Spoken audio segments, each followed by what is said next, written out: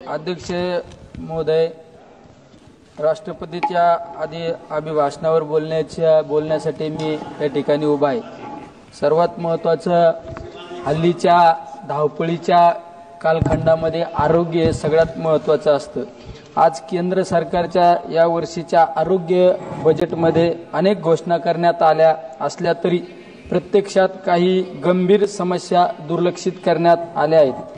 सरकारने आरोग्य सुविधांसाठी वाढीव निधीची घोषणा केली असली तरी प्रत्यक्ष गुंतवणूक GDP च्या तुलनेत अजूनही अत्यल्प आहे। भारतासारख्या मोठ्या लोकसंख्येच्या देशात सार्वजनिक आरोग्य सेवांमध्ये अधिक गुंतवणूक होणे आवश्यक आहे, मात्र ही अपेक्षेपेक्षा कमी आहे।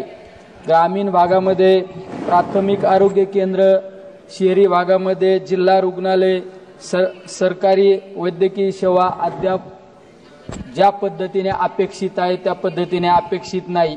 कारण बऱ्याच वेळा एखाद्या हॉस्पिटलमध्ये गेल्यानंतर डॉक्टर त्या ठिकाणी उपलब्ध नसतो, त्यामुळे जास्तीत जास्त डॉक्टर असणे आवश्यक आहे।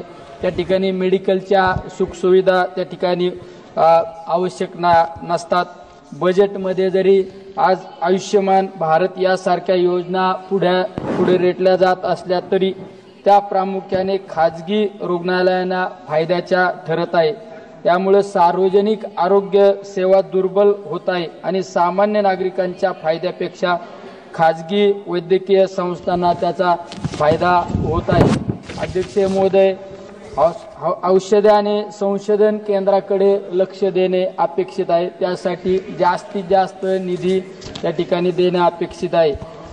आपण पाहिला असेल 2019-20च्या कालखंडामध्ये कोविड सारखी महामारी आली आणि त्या महामारीमध्ये अनेकांना जीव त्या ठिकाणी गमवावा लागला। त्यानंतर तरी आपल्या सरकारने आरोग्यासाठी जास्तीत जास्त बजेट देणं अपेक्षित आहे। प्रत्येक हॉस्पिटलमध्ये ICU सेवा देणं आवश्यक आहे। अशा यापुढील कालखंडामध्ये आरोग्याच्या समस्या इतक्या महाभयंकर होत चाललेल्या आहेत की लहान लहान मुलांना कॅन्सर सारख्या आजाराला त्या ठिकाणी सामोरं जावं लागत आहे। एखाद्या 5 दिवसाच्या किंवा 9 महिन्याच्या बालकाला सुद्धा लिव्हर ट्रान्सफर सारखा आजार त्या ठिकाणी सांगितला जात आहे। त्यामुळे या पुढील कालखंडामध्ये सगळ्यात जास्त आरोग्यासाठी बजेट देणं अपेक्षित आहे। तुम्ही पाहिलं असेल, बाहेरच्या देशामध्ये गेल्यानंतर खाजगी हॉस्पिटलपेक्षा शासकीय हॉस्पिटलमध्ये सगळ्या सुखसुविधा उपलब्ध होत आहे, पण आपल्या भारतामध्ये त्या बाबतीत आपण एकदम कमजोर आहे। एखाद्या उपचाराअभावी अनेकांचे जीव त्या ठिकाणी गमावले जात आहे। बऱ्याच योजना आपण पाहिलं जात आहे, महात्मा फुले सारखी योजना, मुख्यमंत्री सहाय्यता निधी असो किंवा पंतप्रधान सहाय्यता निधी असो, त्यामध्ये त्या हॉस्पिटलचा खर्च सुद्धा निघत नाही। कारण बऱ्याच हॉस्पिटलला एखादा कॅन्सर सारखा आजार असल्यानंतर 40 ते 50 लाख रुपये खर्च सांगितला जातो। लिव्हर ट्रान्सफरला 20 ते 25 लाख रुपये खर्च सांगितला जात असतो, किडनी सारख्या आजाराला। त्यामुळे गरिबांसाठी हे बजेट वाढवणं अपेक्षित आहे। त्यामुळे सरकारने यामध्ये लक्ष घालून GDPच्या अधिक टक्केवारीचा निधी मंजूर करावा, ही माझी या ठिकाणी मागणी आहे। दुसरी माझी मागणी आहे की शेतकऱ्यांच्या हितासाठी या सरकारचं दुर्लक्ष झाले।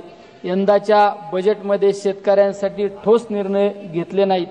MSP किमान आधारभूत किंमत कायदेशीर करण्याबाबत कोणतीही स्पष्ट घोषणा नाही। तसेच खत, डिझेल आणि बियाण्यावरील सबसिडी कपात झाल्यामुळे उत्पादन खर्च वाढण्याची शक्यता आहे। तरी शेतकरी कर्जमाफी आणि सुधारित पीक विमा योजनेची अपेक्षा करत होते, परंतु बजेटमध्ये याकडे दुर्लक्ष झाले आहे। सरकार मोठ्या कंपन्यांना शेती क्षेत्रात आणत असल्याने लहान शेतकऱ्यांचं नुकसान होण्याची भीती आहे। त्यामुळं शेतकऱ्यांच्या बाबतीत सुद्धा या बजेटमध्ये जास्त प्रमाणात त्या ठिकाणी व्यवस्था केलेली नाही। दूध दरवाढीच्या बाबतीत सुद्धा केंद्र सरकारने अनेक योजना राबवणं अपेक्षित आहे। सर्वात महत्त्वाचं, दुधाच्या उत्पादन खर्चावर हमीभाव देणं आवश्यक आहे। कारण जनरली शेतकऱ्याच्या दुधाला हमीभाव उत्पादन खर्च हे 35 ते 40 रुपये लिटर उत्पादन खर्च असतो। त्या धन्यवाद. आप conclude कीजिएगा. उत्पादनावर धन्यवाद. खर्चावर शेतकऱ्याच्या दुधाचा दर ठरला पाहिजे हे या ठिकाणी अपेक्षित आहे. आणि सर्वात महत्वाचं, दूध भेसळीवर कठोर अशी कारवाई केली पाहिजे, कारण दूध भेसळीमुळे लहान लहान मुलांना कॅन्सरच्या आजाराला त्रस्त व्हावं लागत माननीय आहे. श्री त्यामुळे रोडमल ती सुद्धा महत्वाची नागरजी. भूमिका आहे. अध्यक्ष धन्यवाद. महोदय, जरा अर्धा मिनिट द्या ना. हो साहेब. धन्यवाद सभापती महोदय.